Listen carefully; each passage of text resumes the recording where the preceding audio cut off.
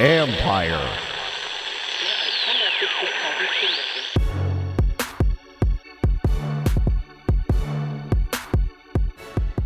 Hello and welcome to another edition of the Last Man Standig podcast.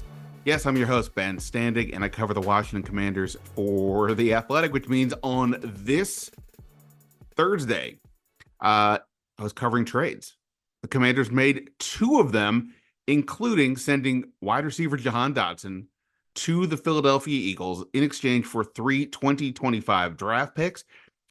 It's hard to say this was a surprise, but at the same time, whenever a trade happens, you never know what's going to go down, especially that it went in the division, adds another wrinkle. But Jahan Dotson is moving on. This felt inevitable over the last 2 weeks, 10 days, based on his usage in camp, the way Dan Quinn would answer questions about Jahan Dotson, and now that is done. The Commanders earlier in the day acquired kicker Cade York from the Cleveland Browns. Since they have subsequently released Riley Patterson, it would appear that Cade York is heading to be their week one kicker, but they could, of course, make more moves because the trade, which we'll get to, the trade cost, well, it was a conditional 7th-round pick. That won't preclude them from doing anything else. So we'll see where that goes. But Cade York looks like to be their kicker. In addition to talking a little bit more about those things, my guest today, Derek Classen, who is new part of the Athletics NFL staff. He is joining Robert Mays on the Athletics football podcast. And Derek and I were today. Derek, we were talking about quarterbacks, Jayden Daniels, the rookie class, the NFC East through the prism of the other quarterbacks. And as we were doing that, the Jahan Dotson deal happened. So we did also get into that a little bit in legitimately real time as well. So we'll get to all that here in a moment on the Last Man Standing podcast. And yes, of course, you know what I'm about to say, and I appreciate everybody who has been subscribing to the new feed, but the Last Man Standing feed is going to be the main one for me. The Standing Room Only feed is going to go away sometime after next week's Patriots game. On the following Tuesday next Tuesday is when teams cut down to 53 players. So I'm going to guess I'll probably stay through that. But somewhere around there, that will go away. So make sure you subscribe so you don't miss any of the podcasts. The season's about to get here, of course. So excited for that. It's been a great response so far. And, I think we're going to have another good podcast today to listen to. So again, make sure you go subscribe to Last Man Standing wherever you do your podcasting. All right, let's get to Jahan. So first off, the deal itself.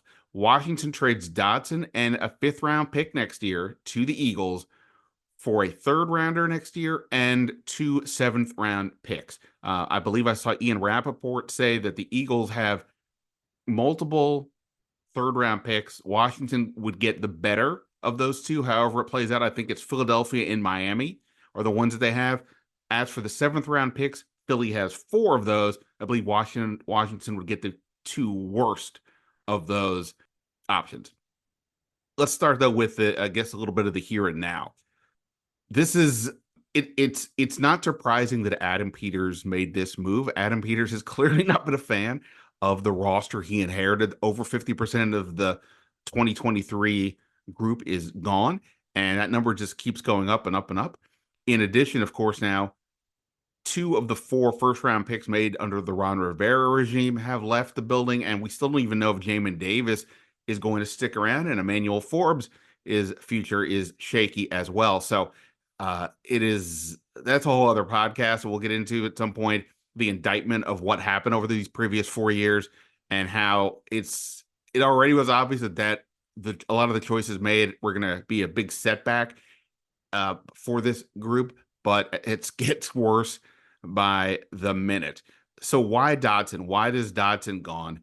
He had obviously a productive rookie season while missing a few games. With injury, he still led the team with 7 receiving touchdowns. The route running is pretty spot on. Even today, even now in practices this camp, when he's been able to get into space, he can definitely get corkscrew a defensive back. Last year, though, was off. And I kept asking frequently to people, hey, how much of why Jahan dipped was because of the Eric Bieniemy offense, or maybe Sam Howell, learning last year, versus just Jahan being off, because it felt to me like a combination of the two. I mean, Terry McLaurin wasn't putting up, prodigious stats, but he did get over 1,000 yards again, and and so on. So I didn't necessarily get a real answer to that, but honestly, I kind of think the answer has been pretty evident this year with this new group. You've heard me talk about that. It felt like Jahan has been off going back to OTAs and minicamp, and definitely saw it in the first, say, week or 10 days of training camp. And when I say off, lack of, I don't know, lack of passion to a degree. Just, I don't know if he was in his head. I don't know if he was lost some confidence. Whatever it was, he definitely just seemed to be not the guy that we anticipated, not the guy that we saw in that rookie season. But I think it's more than just that. Look, he's not the biggest guy in the world, as we know, but even for even smaller receivers, like go back to Deshaun Jackson as an example. Not that Deshaun Jackson was like running over people, but he played with a certain aggressiveness out there to help him evade the defenders and get down the field. Jahan has struggled in that regard.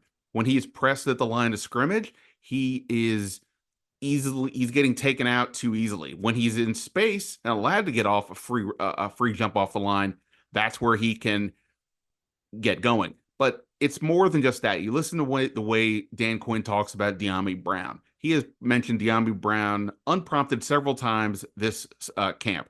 And the thing he says consistently about Dyami Brown is how much he enjoys watching Dyami, who's, probably the fastest of the receivers, just in terms of pure, speed, 40 speed, that Jahan, even when he knows the pass isn't going to him, is still running as hard as he possibly can on every play, because you never know, right? Every play, do your job, basically. Today, Cliff Kingsbury, when talking about Olamide Zaccheaus, and about what cut, because he's, probably the new slot receiver, if nothing else, right?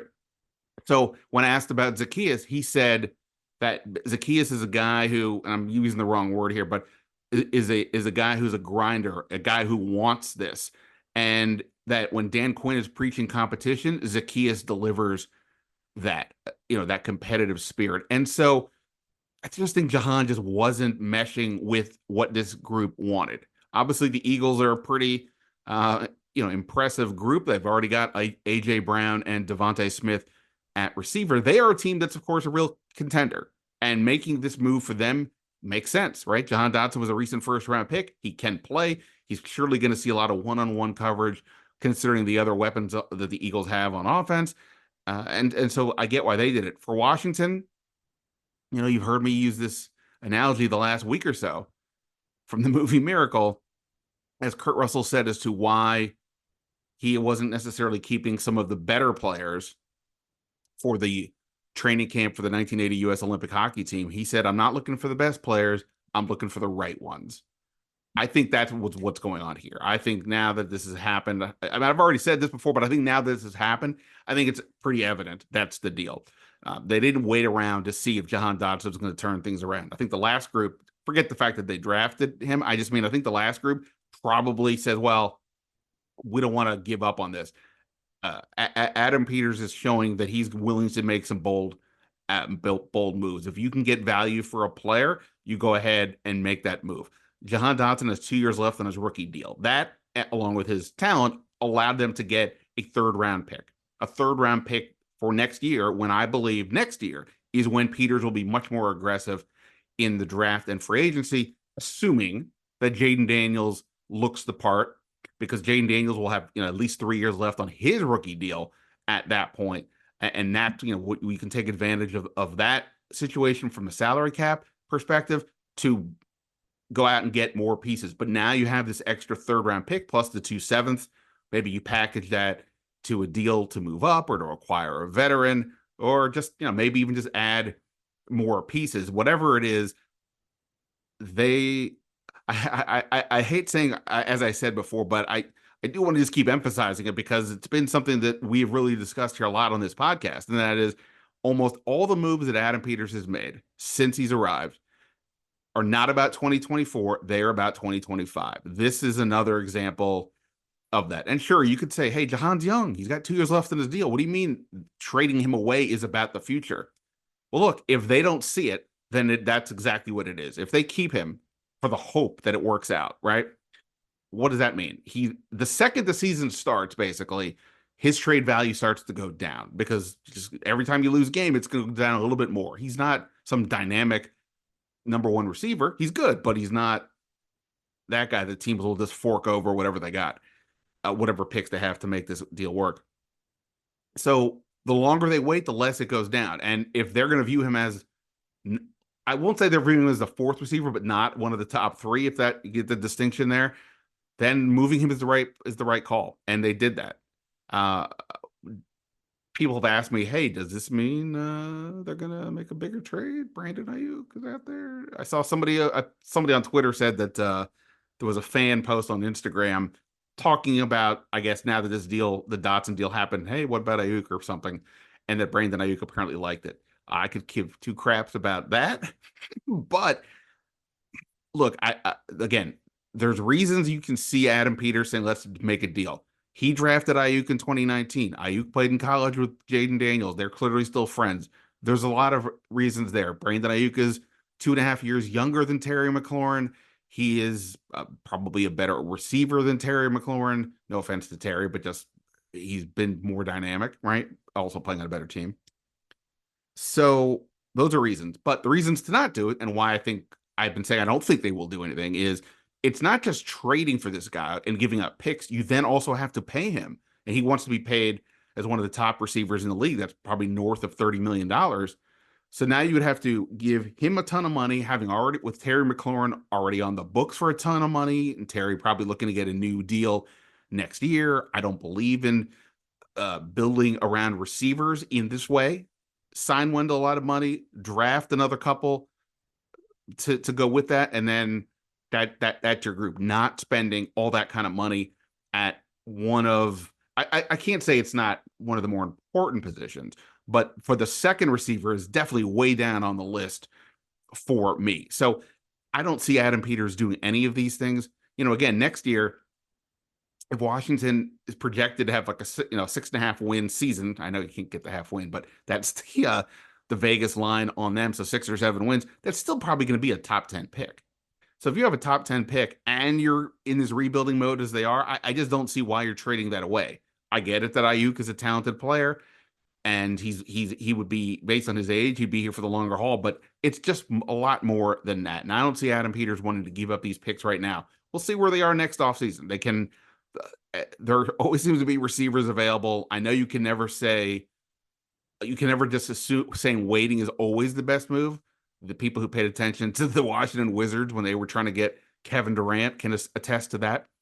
But I don't see that the Dotson move is a precursor to a bigger one. It might be a precursor to a smaller move, to adding another veteran somewhere, right? I mean, let's look at this room right now. Terry McLaurin is out there.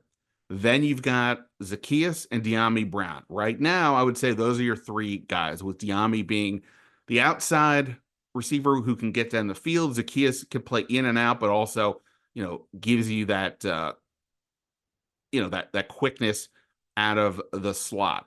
Then what? Okay, so no more Dotson. Luke McCaffrey fits in here somewhere. I don't know that he'll be high in the rotation early on, but he certainly has a chance to get there. And, he's got good size and he's got the skill set for the slot, but he's got size enough to play on the outside.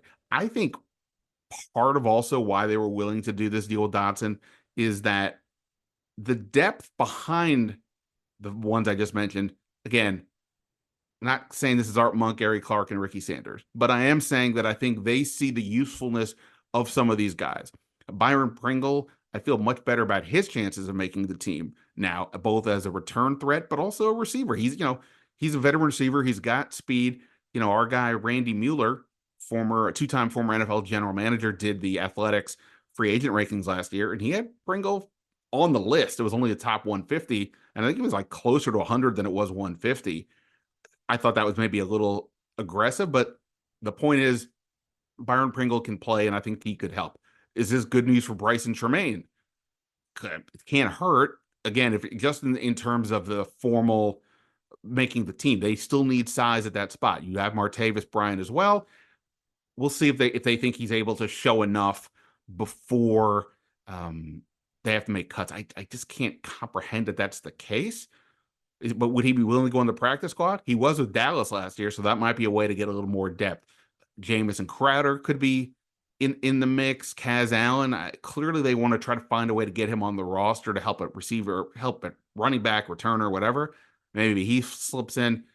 Whoever it is, all those guys could potentially help, but none of them are so dynamic that they couldn't seek to pick up somebody on a waiver claim or maybe make a low-cost trade to acquire another receiver. Whatever's going to happen, we will see, but that is it for Jahan Dotson here in Washington. Again, I look, Jahan was always a nice guy. I enjoyed talking to him. Was always cool with us, with me, I'll say. So I wish him the best. I feel bad for him in the sense that, hey, getting traded has got to be tough. Tress way after practice today, he was telling reporters, hey, we're kind of a family. Usually guys see that in the locker room, and he was one of our guys. But at the same time, Tress said, hey, in this league, you can't be surprised by anything. Tress also went on to say that, hey, we've had a lot of fun this training camp. We're going to win games. We're going to win a lot of games. And the management is making these moves, and we're ready to go. So I'm not saying he or anybody else is happy that Jahan is gone, but it does continue to believe that there's a positive vibe here, and that the staff, has a lot to do with that, what they've done, and there's some buy-in to moves even when it's trading away one of your better known playmakers, a recent first-round pick. But Jahan Dotson goes to the Eagles. Obviously, with the division scenario, they will see him twice this year. That will certainly be a fun watch there. Quickly here on the kicker, Cade York is the new kicker. Riley Patterson was released after that trade. Cade York, fourth-round pick in 2022. He actually played 1 year of wait, is that right? Did he play? No, he didn't play with Jayden Daniels, I don't think. Well, whatever. He went to LSU, so probably knows Jayden Daniels in some capacity. 24-32 as a rookie, but he was then struggling the following summer, and Cleveland moved on, ironically, with Dustin Hopkins. So York was released. He bounced around to a couple of, sort of practice squad or tryout scenarios, ended up back with the Browns this summer because Hopkins was recovering from an injury. I guess they think that Hopkins is good to go, so they were willing to move York, the 7th-round conditional pick. I don't know what the conditions are, but I would imagine one of them is at least he makes the team and plays a fair amount. Cade York has a big leg. He made a 58-yarder with the Browns. He made a 55-yarder this year in the preseason. And again, if you're a 4th-round pick as a kicker, there's clearly something there that people like. That said, from what I gather and the little bit I've talked to some people after the fact, there's, we'll see how he holds up confidence-wise should there be some misses or tough spots. That may be the biggest question mark for him right now. But in any event, as we've mentioned here many times, it was from the moment they released Brandon McManus, it was most likely that whoever their week 1 kicker would be was on somebody else's team. That's the way it played out. So Cade York is in as Washington's kicker. He'll play, I'm sure, in Sunday night's home preseason game against the New England Patriots, the finale for the preseason, 2 days before Washington has to make cuts from 91, since they have an international player that doesn't count, to 53, 54. You know what I mean? All right. We'll have more to discuss about Jahan in the days ahead. But right now, I want to bring in Derek Classen to have a conversation with him. Again, we did talk about Jahan a bit, but this was more focused on the quarterback, Jayden Daniels, the rookie class, and we got into a little bit of the division along with getting Derek's season preview. Derek does good stuff, and was excited to talk to him. So here we go, talking about quarterbacks and a little on the Jahan Dotson trade here on the Last Man Standig podcast. Hey everyone, Bram Weinstein here, play-by-play voice of the Commanders and founder of Empire Media, and we are so excited that Ben Standig has come along and joined us with Empire with his awesome podcast, Last Man Standig. I wanted to tell you about our two other primary shows, and selfishly, mine, the Bram Weinstein Show, which can be heard on ESPN 630 in DC from 11 to 12, but then becomes a podcast that goes up immediately at 12 o'clock, 5 days a week. Some of the best Commanders and DC sports coverage you're going to get. So if you love Ben's show, check out mine as well. And also don't forget to check out the John Keim Report from Empire Media as well, the ESPN Insider. We are bringing you the best Commanders coverage all season long. Be sure to subscribe to all three of our Empire shows, Last Man Standing, The Bram Weinstein Show, and The John Keim Report. All right, as I said, joining me here, Derek Classen, a new part of the Athletic team, or part of our NFL coverage, joining Robert Mays on the Athletics football podcast. Derek, first of all, thanks for doing this, and thanks for thanks for is the right word, but like I'm glad that you're part of the group here at the Athletic. What's your excitement level at? We only got a few more days to go before the season starts. You ready to go, or are you kind of like, oh boy, I'm tired. I've already done so much.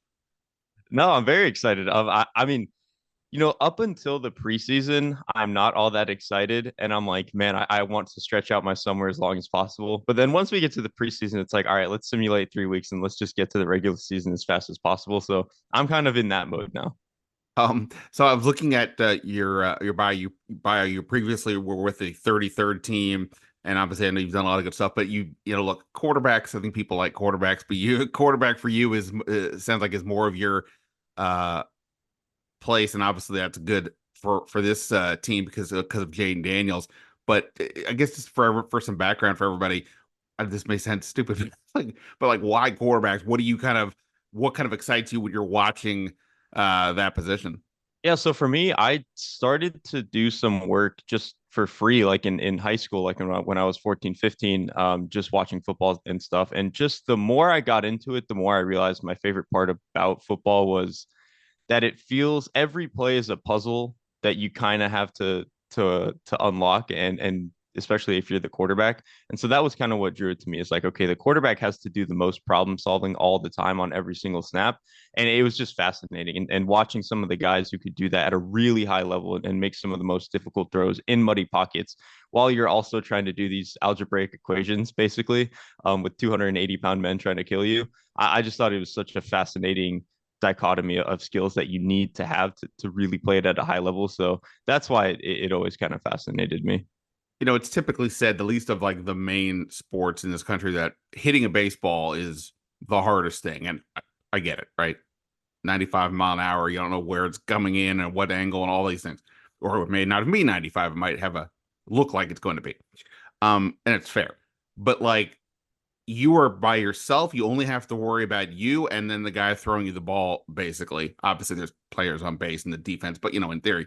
Whereas in football, yeah, the quarterback, sure, he's got he's got a lot of people helping him, but there's also so many different things. Is the pass rush blitz coming from the right side? Is the receiver, can he sense that the receiver is running what should be the 12-yard pattern only 10? Or, is the safety staying back or moving up? Whatever it is, there's just so, it really is kind of mind-boggling to see all the moving pieces happening. And again, I know this is sort of, we all understand this, but sometimes for me, it's like, okay, let me stop and recognize, especially when you have a rookie quarterback like Jayden Daniels coming in. We talk about the transition from college to pro. He clearly looks like a guy who's making it and making good strides, but still, that is an insane amount that you have to do. And of course, even though he played in the SEC, the level of talent is significantly higher in the pros than college, obviously. So it really is just wild how much they have to navigate that I think we collectively just sort of like, yeah, well, don't throw the ball there. What are you doing? Yeah, and the college game is always, this is the easiest talking point, but the college game, even just beyond the talent difference, is so different. The hashes are different. This is in my Twitter bio. Like they should change the college football hashes to be like the NFL. I think it's ungodly what you're allowed to get away with at the college game. So like that part is different. And then specifically a guy like Jayden Daniels, coming from an offense where very well protected. at LSU, which is probably not going to be the case in Washington. So it's interesting to see how those guys handle such different circumstances. I mean, Trevor Lawrence was obviously a great example. Went from a literal national championship winning caliber roster to whatever you want to call it, the Urban Meyer Jaguars. And just seeing how those guys can handle that is always fascinating. Yeah, no doubt. All right. So talking about Jayden Daniels and that transition, I presume you spent ample time studying him and the other rookie quarterbacks that were coming in. It goes without saying that the highlight film was pretty spectacular. There's a reason why he won the Heisman with one of the more dominant statistical seasons in some time. On the positive end, I guess what for you is the most interesting to see based on what you saw in college to see how that's going to work for him in the pros.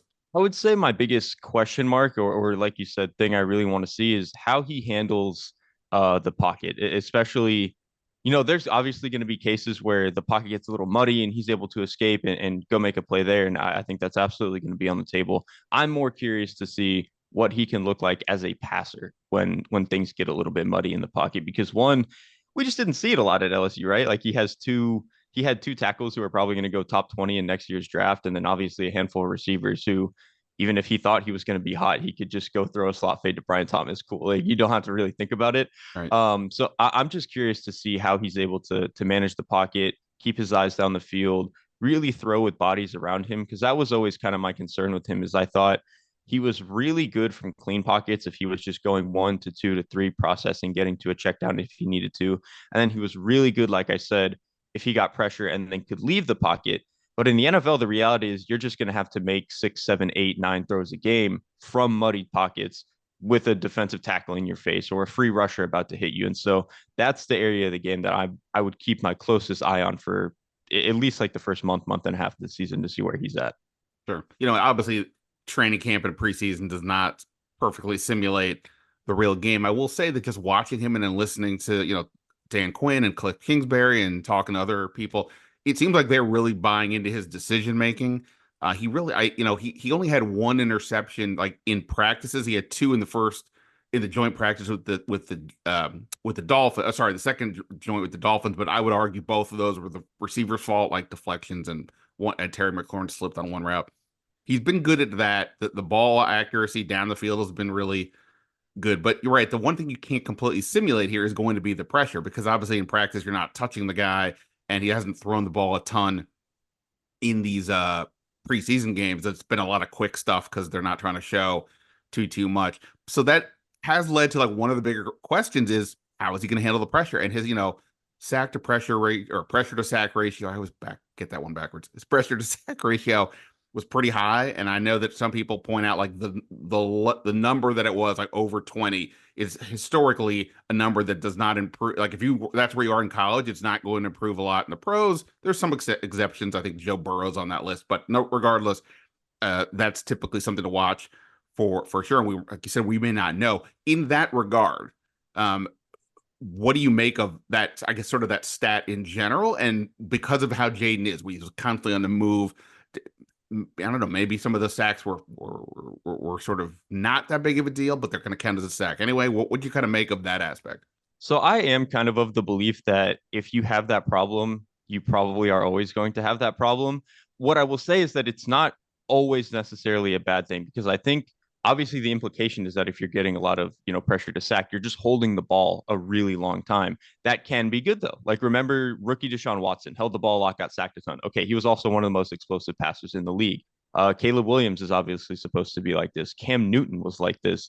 Joe Burrow, even still, is kind of like this, where the if you can get enough of the explosives and enough of the chunk plays that make it worth taking some of the drive killing sacks that you might take, then it's fine. The problem is when you end up in like the Justin Fields territory where it's like you're just not getting nearly enough of those truly game-changing plays to outweigh taking 70 sacks a year or something. And so that is the biggest issue is you just have to hope that Jayden can make enough of those explosive plays. Obviously he can with his legs, and I think he's a really good deep passer. I do want to see how well he can throw outside the pocket. I think he's accurate outside the pocket. I just don't think he's that creative or like interesting outside of the pocket. He's almost in the Jalen Hurts territory to me, where Jalen Hurts is accurate on the move and he'll run, but you don't think of him as making like the crazy Josh Allen or any of those insane plays. He's more of like a buttoned up, just make the simple play. So I am curious to see Jayden there, but I think kind of like you mentioned with his decision making, generally a guy who doesn't put the ball in harm's way. So if he can cut down on the sacks a smidgen, get enough of those explosives, he'll be in a good spot. Obviously, there's questions about their offensive line, namely at tackle, so that's going to be a factor as well. Their receiver room, other than Terry McLaurin, very much right now up in the air. The running backs, I think, could be pretty good. Brian Robinson, I think, is poised for a big year, and Austin Eckler, to this point, without a lot of tackling happening, has looked pretty sharp in camp. So I think that's going to be a big help, and maybe I can see Cliff Kingsbury kind of leaning in to that. But so to that end, Cliff Kingsbury, obviously a big factor here. Um, the what he's shown in the preseason to me has been pretty much what is expected of Cliff Kingsbury. The X receiver stays on one; it doesn't move. And Terry McLaurin, a lot of up tempo, 2, 3, 4 receivers constantly switching out. The question is though, what about the route combinations? I think that to me feels like it could be different. Also, McLaurin, who talked about this early in camp, has been moving around more. We'll see what happens in the real games, but he's told us he's like learning the other spots too. So we'll see. So the Cliff Kingsbury aspect here, how do you think that marriage is with Jayden, and what's sort of intriguing to you about how this might play out? I'm kind of two minds about it because in a vacuum, I don't love Cliff Kingsbury. I think his passing game is not as sophisticated as an NFL passing offense needs to be. I don't love that he likes to live in so many spread formations. And I know that that was slightly less true towards the end of his time in Arizona, but I think that is generally true of a guy who is an air raid guy. And I think some of his play calling felt a little bit less where it's cohesive and put together and things play off of each other, kind of like you see from the Shanahan tree. With Cliff, it's a little bit more just throwing a bunch of nice plays at a wall, and that can work if you have the players. On the flip side, I actually think Jayden fits really, really well into what Cliff does do well. Cliff is going to give you a nice quick game with a lot of different options, whether it's RPO, just standard quick game stuff. He's going to get guys open under the, let's say, 8-yard mark. And Jayden Daniels is really, really good at throwing those. I mean, he's already probably one of the most on-time hitch route throwers in the NFL. I think we already saw that in the preseason. We saw it at LSU, and he's really accurate on a lot of that stuff. And then down the field, Cliff is going to give you chances to throw go balls, slot fades, whatever it is. The selling point with Jayden Daniels is that he can put that stuff in a bucket, and I think that we've only seen it a couple times in the preseason, but remains true after his time at LSU. So I think between those two things, as a passer, like I said, even if I don't love the sophistication of Cliff's offense, Jayden is good at what the offense is going to ask him to do. And then the run game, like Jayden Daniels is going to give them, I think, something very similar to what Kyler Murray was in Arizona. And we think of Cliff as this passing game guy. His running game was actually really cool in Arizona, especially with the quarterback. So if they can get some of that going in Washington, especially after how lifeless the running game was last year, that could really be where I think this offense kind of starts to go. Yeah, no, I think all that makes sense. The Kingsbury hire has been very maybe polarizing is too strong, but there's been enough people I've talked to who've been like, I don't know, not for me. I also know it seemed like every year in Arizona the offense started hot, and then somewhere around the midway part of the season, I guess the other team started to catch on, and things declined, and that partly, I guess, what led to him getting canned in Arizona. So we'll interesting to see that. I also wonder how much they may end up using 12 personnel because one, again, I don't know who the other receivers are after Terry McLaurin that you're going to feel really comfortable with. Two, the offensive line is going to have questions. At least this year, I think they know the leaks will be coming more from the tackles than inside, so they can help with tight ends. And John Bates, their best blocking tight end, Dan Quinn has cited him as somebody that has stood out. He's also been, I think, just effective, and I think him and Zach Ertz and Ben Sinnott in there somewhere. And plus, when you get the running game, I kind of wonder how much they're going to lean on that, especially early to help protect Jayden and all that. I guess we'll see how that goes. Before we get to the NFC East part of this, let's just go to stay with the rookies. So obviously, Jayden's going to start. Caleb Williams is going to start. Bo Nix is now going to start. Of course, unfortunately, J.J. McCarthy's out for the year. Drake May, we'll see. Michael Penix, I mean, I guess no, but Who knows? yeah, it's Who knows weird, with them? especially after they kept him out of the last game, the preseason game. I was like, wait, is Kirk not ready, or who knows? So all that said, I guess if you just want to focus on the three guys we know are starting, but also curious what you think about the other guys, what's your best guess this year? Like, who do you think is going to be the one to come in and really shine right away, and which one do you think is ultimately going to, need some more time? I mean, easy answer is Caleb, right? He's going to be incredible. I think he's, was an amazing prospect. I think he's looked really good in the preseason and has the best situation of all these guys, just in terms of some of the players around him. So I think Caleb is it's going to be hard to follow up what CJ Stroud did last year, being a literally historic rookie season. But I think Caleb is going to play really well. Bo Nix, I think he's going to play well in the sense of you don't immediately feel like this is a disaster because Bo Nix is a good quick game passer. He's really good on the RPO stuff, and he's a useful runner and typically not a guy who will put the ball in harm's way. So I think you can get to the end of year one and be like, okay, this wasn't a disaster, especially with a play caller as good as Sean Payton. Who else do we got? Jayden Daniels is tough just because I think the situation is really hard. Like you said, outside of Terry McLaurin, I don't know how many great pass catchers they have. And then the offensive line, one is a problem in and of itself. But also, like I mentioned, my biggest concern with Jayden Daniels is what are we going to get from him in the pocket when it breaks down? And so I'm curious as to see whether that exacerbates some of his issues or if he just ends up running a ton or whatever it is. So I think he's going to be a guy who makes a lot of good decisions. It's just going to be a matter of how many times is he crowded in the pocket. And so I hope we can get to the end of year one and not look like he was completely ruined, which would be a huge win. And then who else do we got? Well, but let me halt you there while we're talking. People know the Commanders, it appears, have just traded Jahan Dotson to the Eagles. Wow. Which is fascinating for the division. I'm not shocked they got traded. It's been trending that way for a minute. Looks like they're sending Dotson in a fifth for a 2025 third and 2 sevenths. The third is obviously the big deal. And I don't know, I haven't thought enough about the Eagles. We already know they have AJ Brown and Devontae Smith. So adding another guy in Dotson's pretty good. Dotson has looked off all camp. He obviously didn't have a good year last year, but I can chalk so much of that up to whatever else was happening with his team. So it obviously weakens Washington's room, but on the other hand, it was pretty clear he was falling out of favor with his team. So what, I guess, initial reaction? What do you kind of make of that? I think this is actually a win for everybody involved. I mean, if you're Washington, like you said, he has clearly fallen out of favor for one reason or another. And so for them to get, what did you say, a 2025 third back? Obviously, there's a little bit more shuffling with some of the picks there, but that is a huge win to me for them if they thought he wasn't actually going to be their wide receiver too. And then for Dotson, this is great. If you thought, for whatever reason, maybe this year and last year, he was disgruntled with some of the way things went, or maybe he just wasn't happy in Washington. I don't know. For him to be able to now go to an organization or one, just a new team and organization in general, and then obviously a team and organization that has a history of winning and is probably going to be good this year, maybe that kind of reignites the fire for him to be good again. So I think kind of across the board, this is a win for everybody involved. Yeah, I mean, my basic thought was, look, we can debate as to whether Jahan Dotson, look, he's still a good route runner. I can see it in practice because he's turning guys around. I think when he gets pressed at the line, he's just not the biggest guy. But even for a non-big guy, he doesn't have a lot of that competitive aggression to do something with it.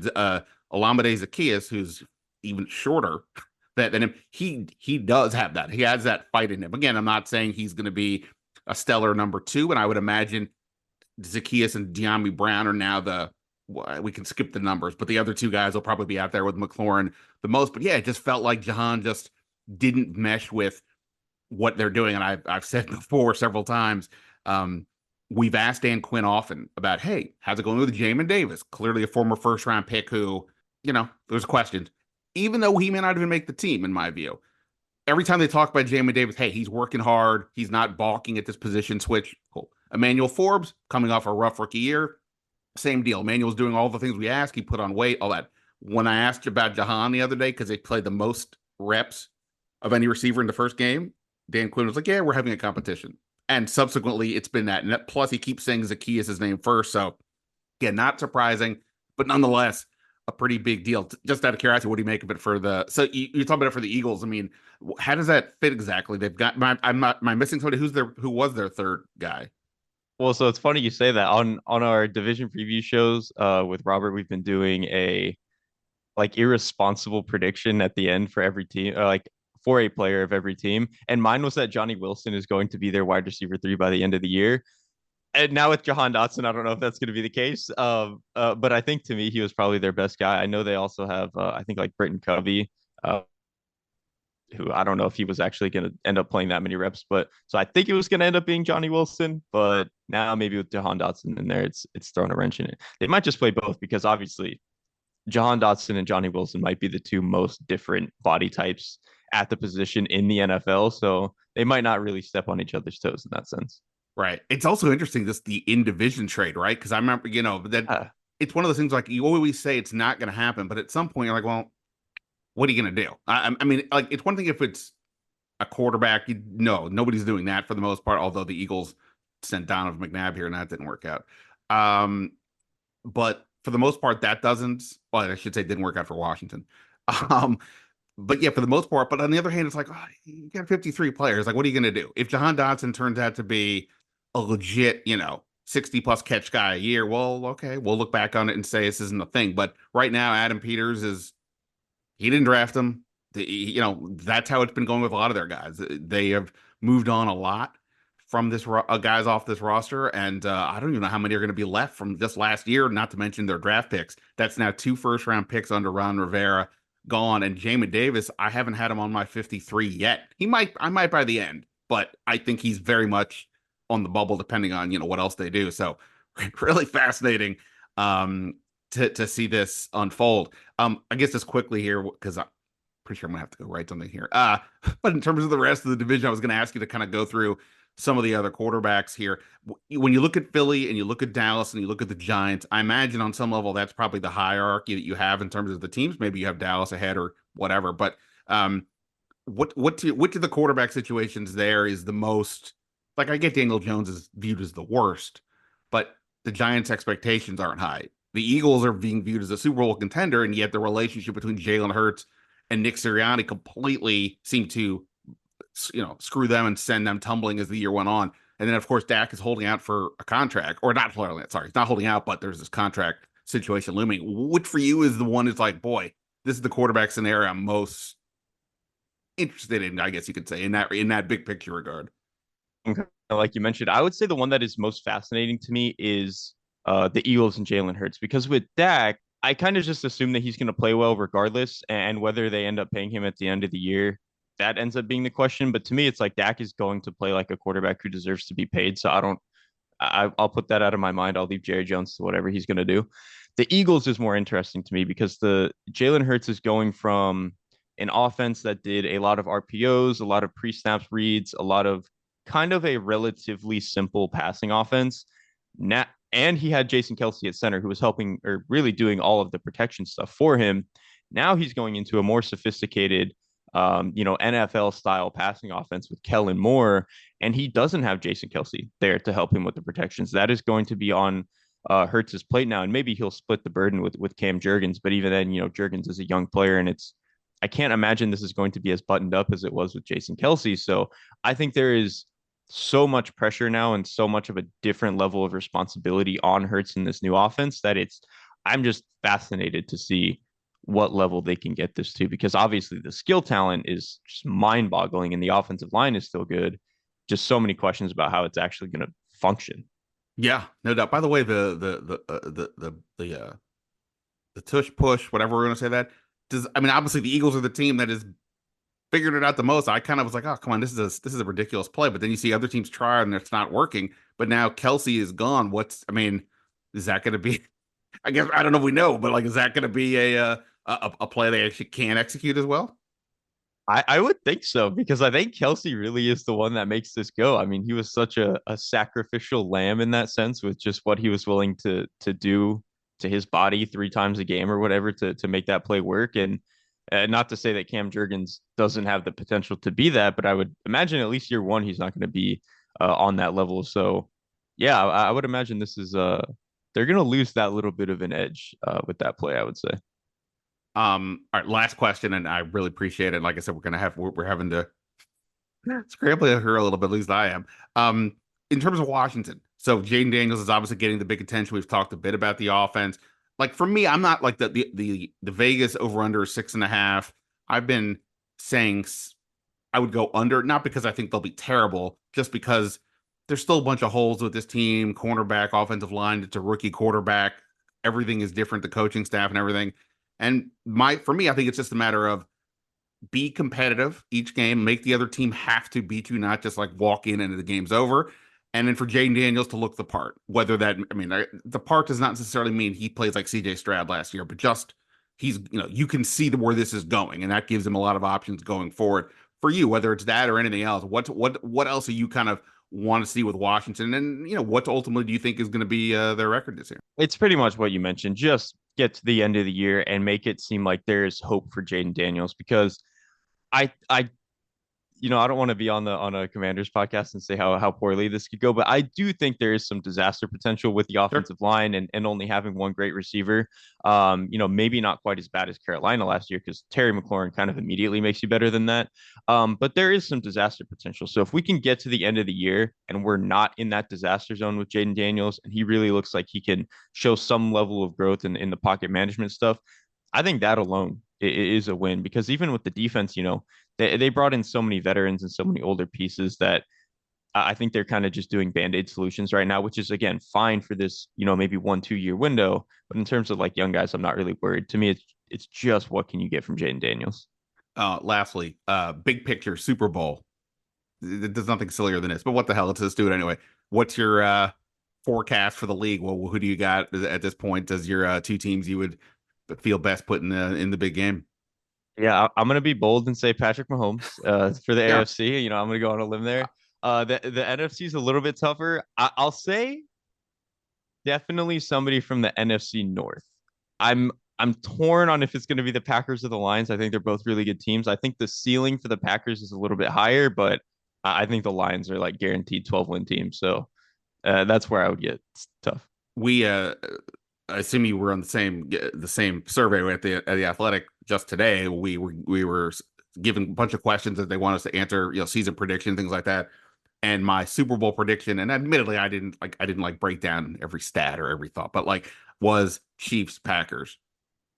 There we The go. I just did I don't know the Eagles. I got to see it. The 49ers, sure, but there's a lot. I don't know. There's a lot going on there right now between Ayuk and Trent Williams and whatever else. The Lions, totally. I totally get it.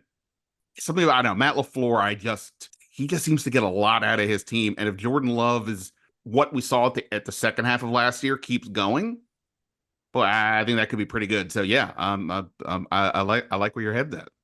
I'm Um, glad we're on the same page. Derek, again, appreciate the time. Tell everybody if you want where they can find you, and both on the Athletic as well as social media.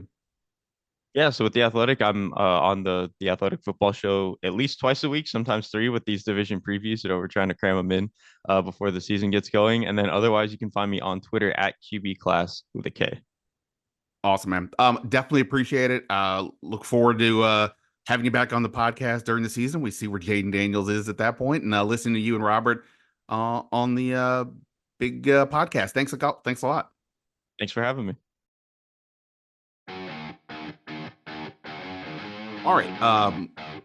Enjoyed that conversation a lot with Derek, and I look forward to seeing what he's got to reveal on the Athletic in the days and weeks and months ahead. Couple other things today I just wanted to note. There was interesting conversation with today. So Dan Quinn, they're essentially on their weekly game week schedule, which means the head coach Wednesday, Friday, coordinators on Thursday. So no Dan Quinn today. The two coordinators did speak, and with Joe Witt Jr., he was asked about second round pick Mikey Sainristil, and basically was asked if he was surprised about him at all. He said no, not really. They studied him, of course, pre-draft. But here's a couple of things that I thought, and he said, look, mature, we've heard that. But here's a couple interesting things he said. Quote, as you've noticed here lately, we've been playing him inside and out. with our two corner defenses. He'd been playing more outside along with Benjamin St-Juste. Just the way he's handled everything that we've thrown at him, he doesn't make mistakes twice. He's not a repeat offender. So no, I'm not really surprised, end quote. Okay, so here's what's interesting. We have been talking all this time about the outside corners being a very concerning piece. If you remove Sainristil from that, I would argue it's the most concerning part of this team, even more so than the offensive tackles.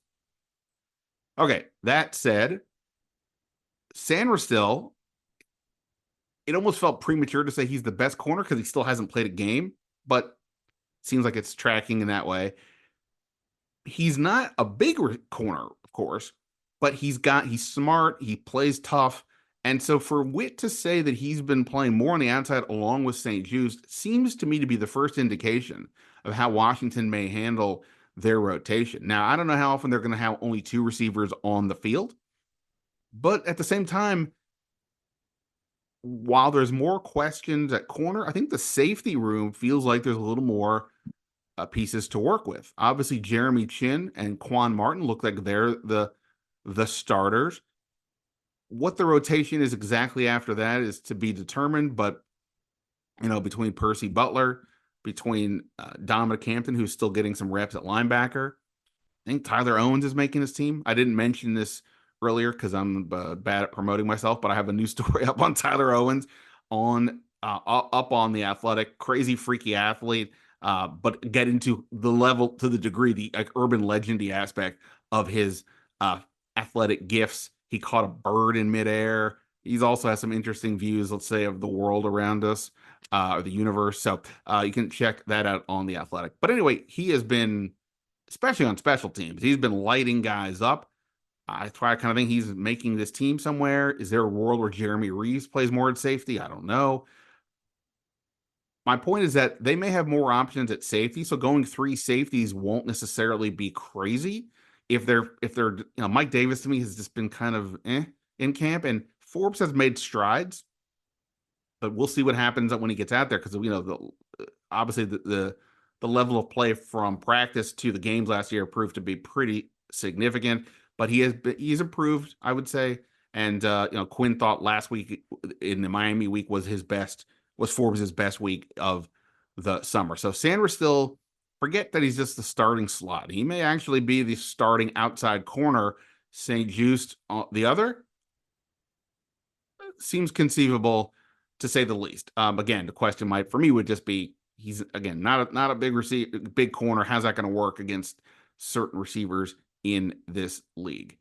I think that's all I got for you right now. A busy day. Go read my articles on The Athletic. I actually have 3 different things up today. The Owen story. I just wrote a column on Jahan Dotson that is up now, and also a little bit about Cade York on our blog page as well. So big day for the Commanders. A very fascinating one. Who doesn't like trades? I know some of you out there are pretty bummed about this move and don't get it. I think if you view it from the long view, the way I've been trying to this whole time, it does make more sense. And we'll see where Adam Peters does next. I bet he's going to make a few moves when the waiver claims come out, for sure. All right, that's it for this episode. But again, go subscribe to the Last Man Standig feed wherever you do your podcasts. People have been very kind with their ratings and reviews, and I just want to keep the family together. We've built something here. You guys rule. If you guys aren't listening and conversing with me and all that, like, this would be me talking into the air. I mean, Lenny's not even sitting in here. Lenny doesn't listen to the podcast very often. He goes elsewhere. He's tired of me talking. You guys, I appreciate the fact that you apparently are not, and I look forward to conversing more with you in the days and weeks ahead as the 2024 season rounds the corner. All right, but that's going to be it for now. Ben Standig signing off. Until next time. See you.